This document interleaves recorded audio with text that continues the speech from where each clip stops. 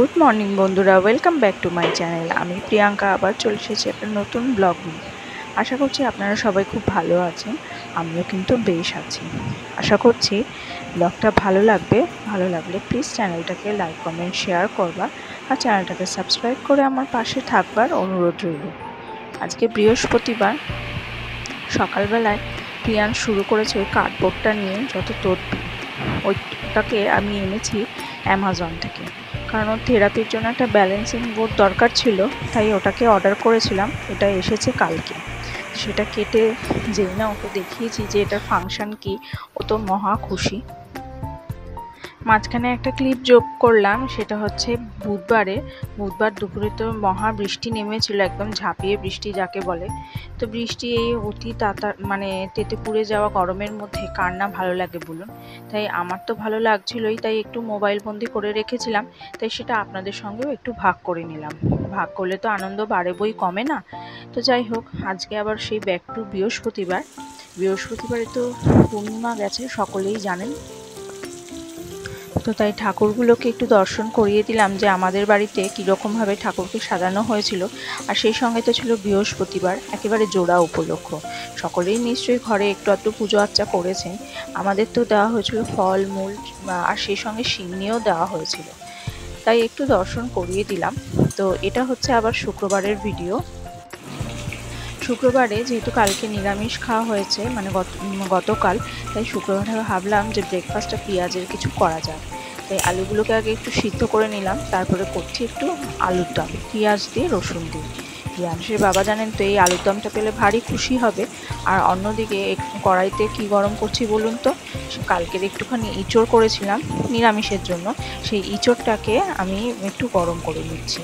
কারণ কষ্ট করে গরমের মধ্যে রান্না করা আর খাবার জিনিস অপচয় করবই বা কেন। রাতে আর সেভাবে যেহেতু ইঁচড়টা সেভাবে কেউ খাননি, সিদ্ধ ভাত দিয়েই কাজ চালানো হয়েছে। ওই যে সিন্নির এফেক্ট, সিন্নি খেলে তো এমনিই পেটটা ভার হয়ে থাকে, তো সারাদিনই সবার সেরকমই ফিল হচ্ছিল। তাই রাতে হালকা পাতলাই খাওয়া হয়েছে। তাই ইঁচড়টাকে আবার একটু বের করে গরম করে নিচ্ছি, এটা আজকে চলে যাবে। আর এই যে এখন একটু পেঁয়াজ কেটে নিচ্ছি। এই পেঁয়াজগুলো জানেন তো, আমাদের নিচে এক কাকু থাকেন, উনি ওনার দেশের বাড়ি থেকে পেঁয়াজ এনেছেন। ওনার মেয়ে এই পেঁয়াজগুলো চাষ করেন, তাই পেঁয়াজগুলো এনে দিয়েছেন।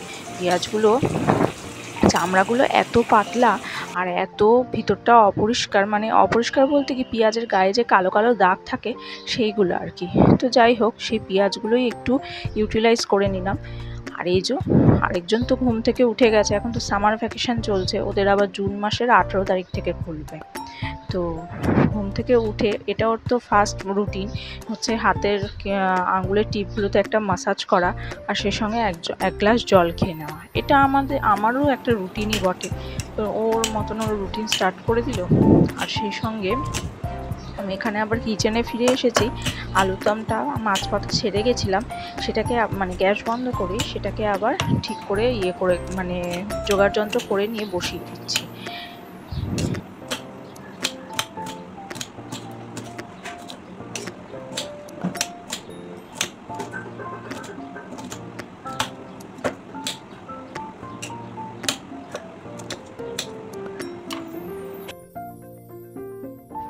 এই যে দেখতে দেখতে আলুটা আর পেঁয়াজটা ভাজা হয়ে গেছে, ঢাকা চাপা দিয়ে ভেজেছি আর কি।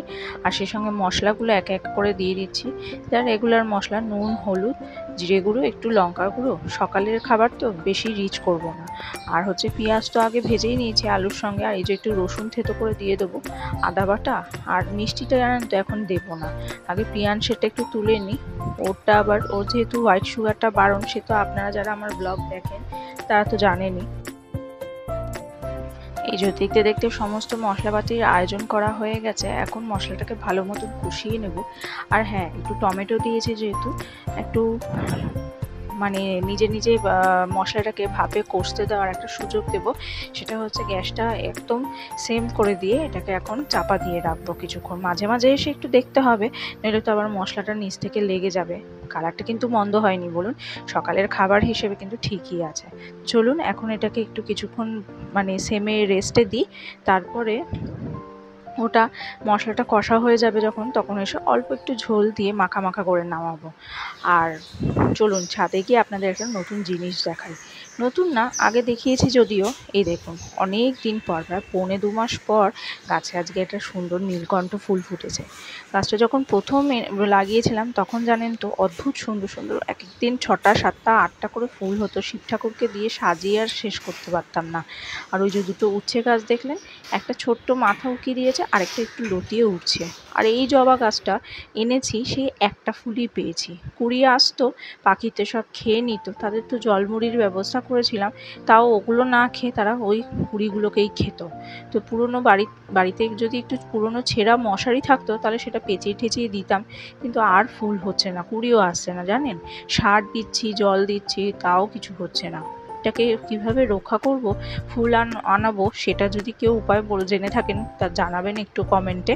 আর এই দেখুন আবার নিচে নেমে এসেছি, কষানো হয়ে গেছে, আর অল্প একটু ঝোল দিয়ে দিলাম। এটাকে এখন চারিদিকটা মশলাগুলো কাচিয়ে একটু মাঝামাঝি করে গ্যাসটা রেখে দেবো, নিজে নিজে হতে থাক। তারপরে আমি অন্য একটা কিছু জোগাড় যন্ত্র করতে থাকবো। আর এই যে দেখুন, আলটিমেটলি এটা কিন্তু নামিয়ে ফেলেছি, দেখতে কিন্তু মন্দ হয়নি। তো একটু চেখেও দেখেছি, খারাপ হয়নি। তো ভিডিওটা আজকে এই পর্যন্তই থাক। ভিডিওটা ভালো লাগলে একটা লাইক, কমেন্ট, শেয়ার করতে ভুলবেন না। আর চ্যানেলটাকে সাবস্ক্রাইবও করে দেবেন।